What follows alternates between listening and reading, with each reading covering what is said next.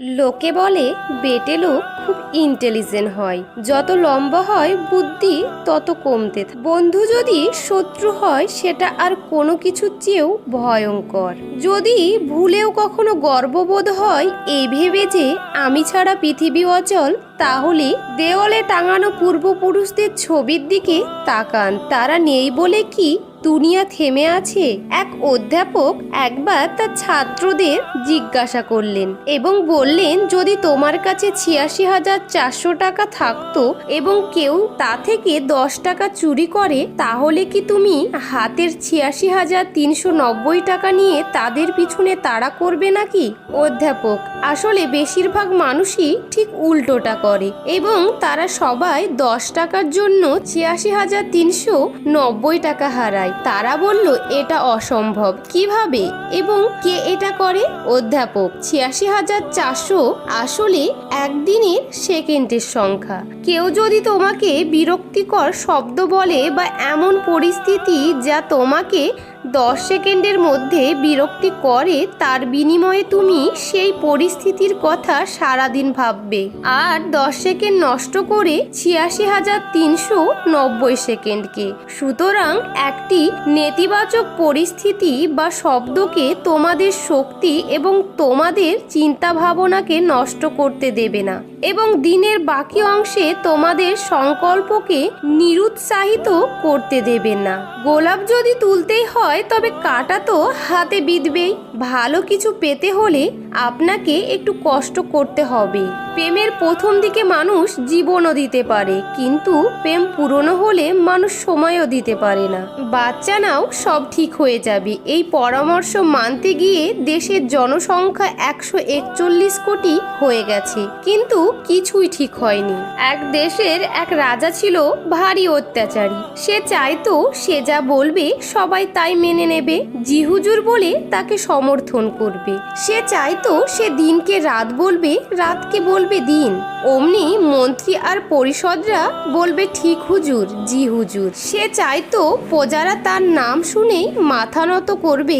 রাজার কথা সব সময় মেনে নেওয়া সম্ভব হতো না প্রজাদের। যেমন একবার রাজা প্রজাদের আদেশ করলো, তোমাদের দ্বিগুণ খাজনা দিতে হবে। শুনেই প্রজাদের আর্তনাদ শুরু হয়ে গেল। অনেকের পক্ষেই দ্বিগুণ খাজনা দেওয়া সম্ভব হলো না। রাজার কোটালরা এসে ধরে নিয়ে গেল তাদের। পাইকারি হারে মৃত্যুদণ্ড দেয়া হলো। রাজ্যের বহু লোক প্রাণ হারালো।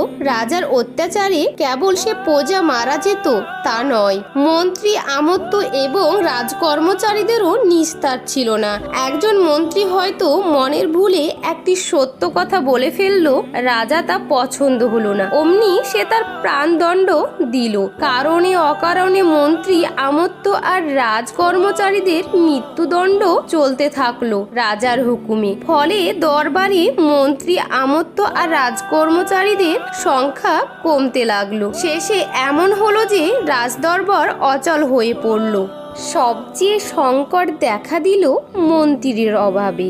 রাজা ঘোষণা দিল, মন্ত্রী চাই, মন্ত্রী নিয়োগ করা হবে। কিন্তু ভয়ে কেউ মন্ত্রী হবার জন্য এগিয়ে এলো না। রাজা প্রহরী পাঠিয়ে দিলে মন্ত্রী খুঁজে আনার জন্য। ঘোড়া নিয়ে সারা রাজ্যে ঘুরতে লাগলো প্রহরীরা।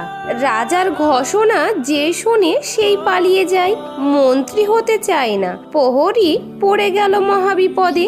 মন্ত্রী নিয়ে রাজার কাছে ফিরে যেতে না পারলে তাদের যে গর্দান যাবে। প্রহরীদের দেখে সবাই যখন সরে যাচ্ছিল তখন পাওয়া গেল একটি লোককে। প্রহরীরা স্বস্তির নিঃশ্বাস ফেলল। লোকটাকে বলল, ভাই, রাজা তোমাকে মন্ত্রী বানাতে চান, এক্ষুনি চলো। লোকটা ছিল মাতাল। সে প্রহরীদের কথায় রাজি হয়ে গেল। জিজ্ঞাসা করলো, আমাকে কি করতে হবে? প্রহরীরা বলল, রাজার সব কথাই কেবল জি হুজুর বললেই চলবে। লোকটি ছিল জাতে মাতাল, তালে ঠিক। সে প্রহরীদের কথায় সায় দিয়ে বলল, তা পারবো। প্রহরীরাও প্রাণে বেঁচে গেল। নতুন মন্ত্রী পেয়ে রাজা তো ভারী খুশি। এমন অনুগত মন্ত্রী তার একটিও জোটেনি। কিছু বলতেই সে জবাব দেয়, জি হুজুর, ঠিক হুজুর। আগের মন্ত্রী রাজার প্রশ্ন শুনে কিছু ভেবে চিনতে কথা বলতো, নতুন মন্ত্রী ভাবনা চিন্তার ধার ধারে না, সোজা বলে বসে, জি হুজুর। রাজা ভাবলো, এমন না হলে কি চলে। কিছুদিনের মধ্যেই রাজা বিগড়ে গেল। মানুষ হত্যার ইচ্ছাটা আবার চাড়া দিয়ে উঠলো তার মাথায়। মন্ত্রী হত্যা করার ছুতো খুঁজতে লাগলো সে। রাজা একদিন বলল, চলো মন্ত্রী, আমরা কোথাও থেকে ঘুরে আসি। মন্ত্রী বলল, জি হুজুর। রাজা আর মন্ত্রী ঘোড়া চড়ে বেড়াতে বের হলো। লোকজন যেখানে ছিল ভয়ে পালালো। কি জানি পাগলা রাজার আর মাতাল মন্ত্রী কোন অঘটন করে বসে। দরবারের বাইরে এসে রাজা ভারী আনন্দ পেল।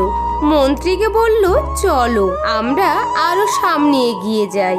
সামনে খোলা মাঠ, মাথার উপর উন্মুক্ত আকাশ।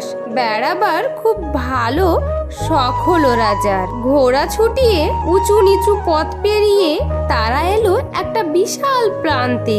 একপাশে সবুজ বন, বনের ধার ঘেঁষে বিরাট দিঘি। এতক্ষণ পথ চলতে চলতে রোদের তাপে ক্লান্ত হয়ে পড়েছিল রাজা। দিঘির টলটলে জল দেখে তার ইচ্ছে করলো স্নান করতে। অমনি সে মন্ত্রীকে বলল, আমি স্নান করব, তুমি জিনিসপত্র পাহারা দাও। মন্ত্রী বলল, জি হুজুর। রাজা মুকুট খুললো, সব পোশাক খুললো, নাইতে নামলো দিঘিতে। ঠান্ডা পানিতে শরীরটা জুড়িয়ে গেল তার। আরাম পেয়ে আরো সামনে এগিয়ে গেল সে।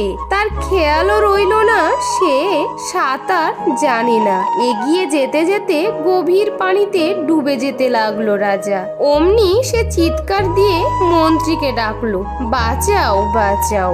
মন্ত্রী বলল, জি হুজুর। সে একটুও নড়ল না, রাজাকে উদ্ধার করার নামও নিল না। দাঁড়িয়ে থেকে কেবল বলল, জি হুজুর, ঠিক হুজুর। এদিকে রাজা দাপাদাপি করতে করতে গভীর পানিতে ডুবে গেল, মারা গেল কিছুক্ষণের মধ্যেই। মন্ত্রী আর কি করবে?